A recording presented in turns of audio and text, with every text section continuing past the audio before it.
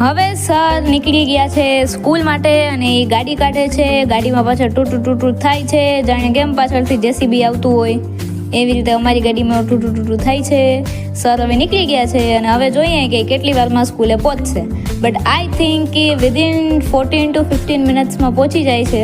અને હવે સ્કૂલે પહોંચી ગયા છે અને એની ડેકી ક્યારના ખોલબંધ કરે છે, રેનકોટ સંકેલે છે, પછી સ્ટુડન્ટ સાથે વાતો કરે. હવે આ આવી ગયો છે આપણો ગોવાળિયો. આ ગોવાળિયો માટલી ફોડવાનો છે આજે, અને સવારના પોરમાં જ મને મળી ગયો. કાંઈ વાંધો નહીં, મેં કીધું ગોવાળિયા તું આવી જા. આ આપણા જગદીશ સર છે, આપણા પ્રિન્સિપાલ, સંચાલન કરે છે સરસ્વતી સેટક હાઈ સ્કૂલનું. અને આ અજય સાહેબ ગણિત ભણાવે. હવે અમે બધા જન્માષ્ટમીની ઉજવણીમાં લાગી ગયા હતા, અને જે ઝપાઝપ જે છોકરા આવ્યા, જેટલા તૈયારી નથી થયા બાકીના બધા અમારા ભેગા. અને એક વસ્તુ કહું ને તો અડધી કલાક ખાલી પ્રોગ્રામમાં ને બાકીની 2 દિવસ સુધી અમે આ બધી તૈયારીમાં લગાડી દીધી. એવું છે, તૈયારી લાંબી થઈ જાય ગમે એ વસ્તુની. કાંઈ વાંધો નહીં, અમને તો મજા આવી જન્માષ્ટમીને ઉજવવાની. તમને પણ જોઈને મજા જ આવતી હશે. અને આ છે આપણા છોકરાઓનો ફની ડાન્સ. આ છોકરાઓ તો ધમાલ મચાવી દીધી, એ મજા કરાવી દીધી બધાને. પેલો ડાન્સ લઈ લીધો તો ભલે મજા કરે બધાય. એના પછી તો હવે આ બેનો આવી હતી મોટી, જેને રંગભીની રાધા ને લઈ બેઠી બાધા એવું સોંગમાં એના ડાન્સ કર્યો, અને જે મજા આવી છે બધાને. આ તાળીનો ગડગડાટ બોલી ગયો હતો ત્યારે તો. અને અમને પણ એમ થયું કે ભાઈ શ્રી કૃષ્ણએ ક્યાંકથી જોતા હશે, એવો ડાન્સ કર્યો હતો. અને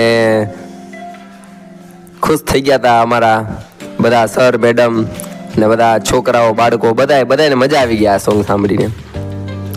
એક તો સોંગ જ એવું મસ્ત હતું, માથેથી ડાન્સ એવો કરી દીધો, આ બધું ચટપટું ભેગું થઈ ગયું એવું લાગ્યું. આ અમારા જે ભૂલકાઓ પેલા બીજા કેજી આ તે બધા આની અંદર લઈ લીધા. હવે આ લોકોને તો બસ ઘુમર કરતા હતા, પણ જોવાની સોંગ સાંભળવાની હુતું હુલુલુલું કંઈક હાલતું હતું. મજા આવી ગઈ. આ અમારો ફોટો લઈ લીધો બધા રાધે કૃષ્ણ ભેગો, સાહેબ ટીચર, અમે સાહેબ મેડમ, આ અમે ફોટા પાડ્યા હતા. હવે આ છે ને અજય સાહેબને અને જગદીશ સરને ચાની તલબ લાગી હતી. છોકરાઓને પાણી પાવા મોકલી દીધા અને પોતે બંને ભાઈ ચા પીવા વહી ગયા. આપણે તો પીતા નથી. આ આપણા ડ્રાઈવર છે કમલેશભાઈ, સરસ્વતી સ્કૂલની બસ આકે છે, કાઠીતળ, ભણગોર, આ તે બધા લઈ લે રૂટ.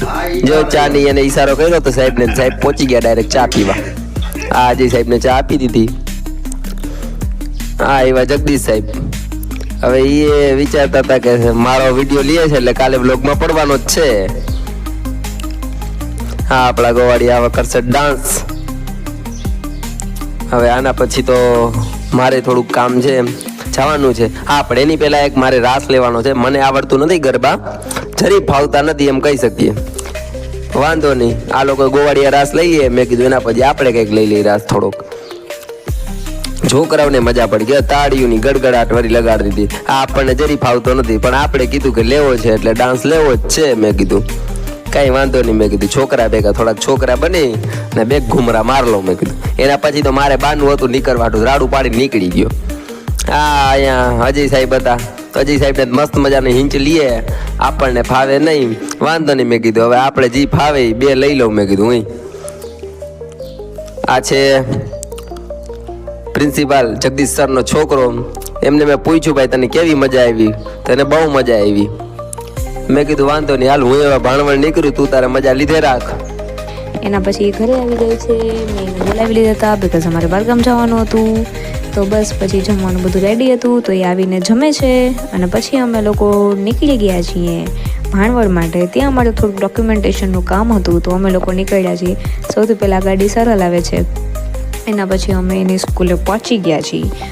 અને જેમ અમે એની સ્કૂલે પહોંચી ગયા ત્યાં અમે બધાએ ક્રિકેટ રમવાનું પ્લાન કર્યું. અમે સૌથી પહેલાં મેં એક જ બોલમાં મેં શોટ મારી દીધો, છતાં પણ બધાને એમ થયું કે બેટ મારું સ્ટમ્પમાં અડી ગયું. બટ તમે જોઈ શકો છો વિડીયોમાં ક્લિયરલી કે મારું જે બેટ છે એ સ્ટમ્પમાં નથી અડ્યું. જે અવાજ આવ્યો હતો એ બેટ અને બોલ નહોતો. બટ કોઈ માનવા તૈયાર જ નથી અને બધાએ મને આઉટ ડિક્લેર કરી દીધી. That is not good thing.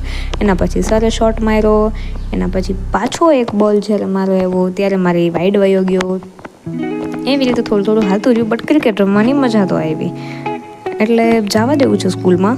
So I suggest you કે તમે બધા પણ એ સ્કૂલમાં જઈ શકો. એના પછી અહીંયાથી ભાણવડ જવા માટે રસ્તામાં અમે સ્કૂલનો પોઝ લીધો હતો. મેં સરને કીધું કે હવે તમે મને ગાડી હલાવવા દઈ દો. તો એના પછી હવે અત્યારે હું ગાડી ચલાવું છું અને સર અમારા વ્લોગનું શૂટિંગ કરે છે. અમે પહોંચી પછી ખબર નહીં કે કેટલા એક્સાઇટેડ છે સર ત્યાં જવા માટે, પણ થોડી એને ડર પણ લાગે છે બિકોઝ હું ગાડી હલાવું છું એટલા માટે. હવે અમે લોકો આગળ નીકળીએ એની પહેલાં રસ્તામાં એટલી મસ્ત સિનેરી હતી કે સરને તો મજા આવી ગઈ. આટલી બધી સિનેરી, વેરી બ્યુટિફુલ નેચર બધું અમે જોયું. બટ એના પછી હું ભૂલી પડી ગઈ અને મેં સરને કીધું કે આ તો ટ્રેનના પાટા છે, ટ્રેનના પાટાની માથેથી આપણે કેવી રીતે જવું. તો સરને કીધું મને કે તમે આવી રીતે વયા જાઓ સાઈડની ગલીમાંથી. બટ મને થોડુંક મગજમાં ના બેઠું, બટ મને રહીને લાઇટ થઈ ગઈ કે હા આપણે તો આમ જ જવાનું છે. સર મારી પાછળ બેઠા હતા, થોડોક એને ડર લાગતો હતો બિકોઝ ડ્રાઇવિંગ હું કરતી હતી. બટ અમે ધીમે ધીમે મહાદેવની દયાથી અહીંયા પહોંચી ગયા. અને તમે જોઈ જ શકો છો અહીંયાના રસ્તા કે ગાડી કેવી રીતે ખડભડ કરીને જાય છે. બસ બીક છે અમારી નવી ગાડીની કે અમારી નવી ગાડીમાં કંઈ થઈ ના જાય.